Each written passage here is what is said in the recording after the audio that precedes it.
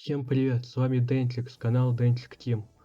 В этом видео я расскажу, как установить такую культовую игру как Blood на ваш компьютер для прохождения или игры в мультиплеер. Для начала я вам расскажу, какие порты нам нужны. Я могу выделить три. Это Build GDX, Nblood и Race.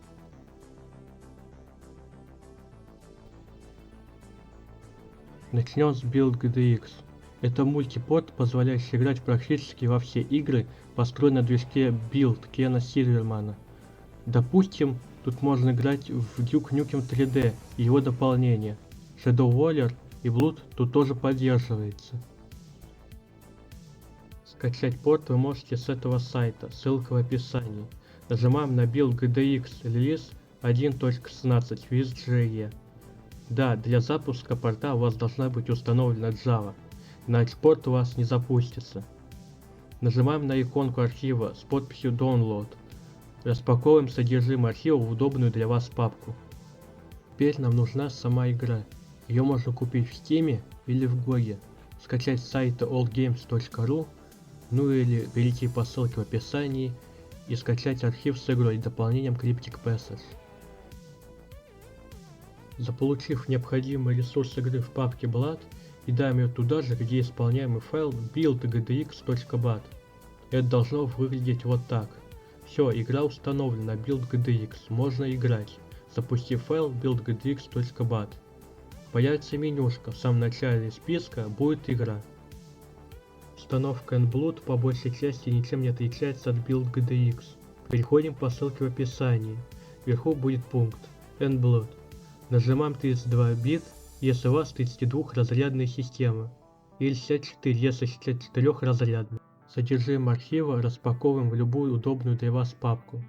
Закидываем папку Blood в одно место с исполняемым файлом nblood.exe.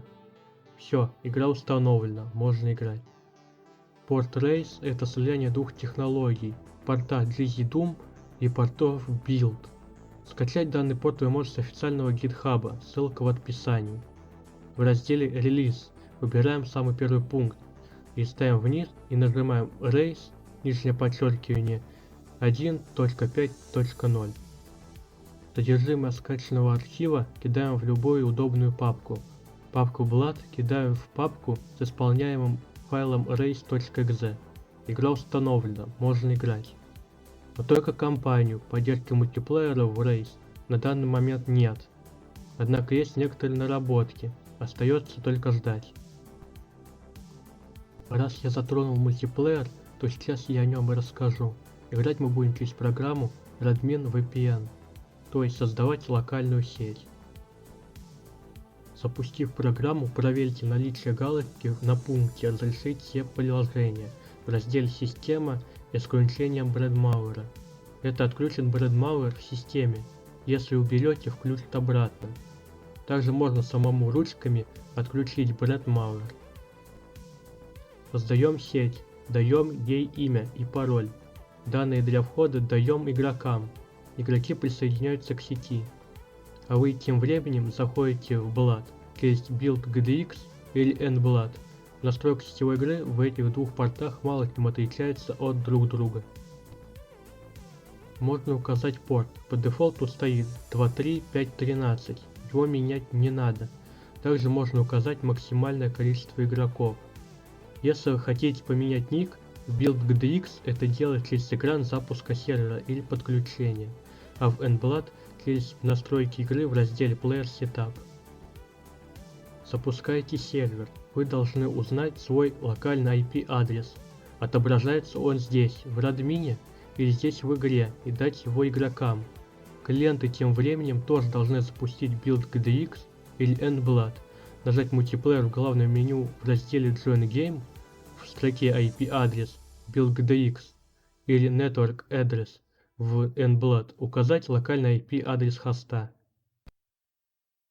Порт обычно всегда 2.3.5.13, его менять не нужно ни хосту, ни клиенту.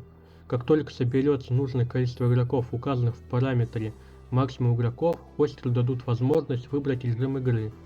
Кооп, совместное прохождение эпизодов игры или отдельных уровней карт, Bloodbath, аналог Deathmatch, или командный режим, карту эпизод, параметр спавна оружия, боеприпасов и предметов и так далее. Если настроили как вам надо, то нажимаем Start Game. Вот собственно и все. Удачной мясорубки. А напоследок я расскажу о мультиплеере в Blood Fresh Supply.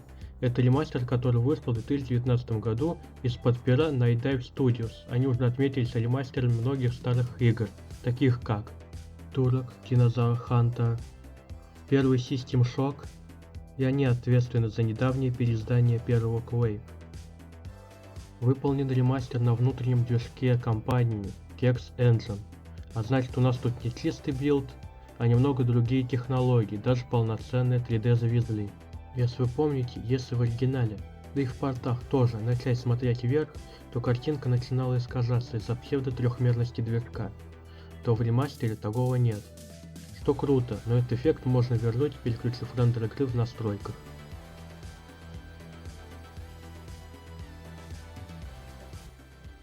К сожалению, игру по локальной сети через меню разработчики не оставили, но нам на помощь приходит консоль. Все так же создаем комнату в Admin VPN, даем ее данные игрокам, чтобы они присоединились. Консоль активируем символом тильда, она же буква Ё. Если вы хост, то вы должны прописать команду spawn IP сервер. Все, вы запустили сервер. Клиент же должен открыть консоль и вписать команду connect IP пробел локальный IP адрес хоста. Напомню, что его можно узнать вот тут. Порт указывать не обязательно, так как указание порта через двоеточие после IP адреса по каким-то причинам выдает ошибку. Если вы хост и заметили, что к комнате подключились, поздравляю, все страшное позади. Хост должен выбрать пункт New Game в главном меню, и появится опция по настройке сетевой игры. И как это было в Build GDX или N-Blood, хост может выбрать параметры игры, DM или кооп, игра с монстрами или без, сложность, спавн оружия и предметов, фраг лимит и лимит времени. Потом вам дадут выбрать эпизод. Также можно выбрать любую карту, достаточно нажать All Maps на выборе эпизодов. BB и DM это Blue Buff карты, а E1, M1 и так далее это карты компании, но Blue Buff на них играть также можно, без проблем, они переделаны под мультиплеер. Подытожим, какой порт играть, одиночку или мультиплеер решать вам, а мое дело показать как установить.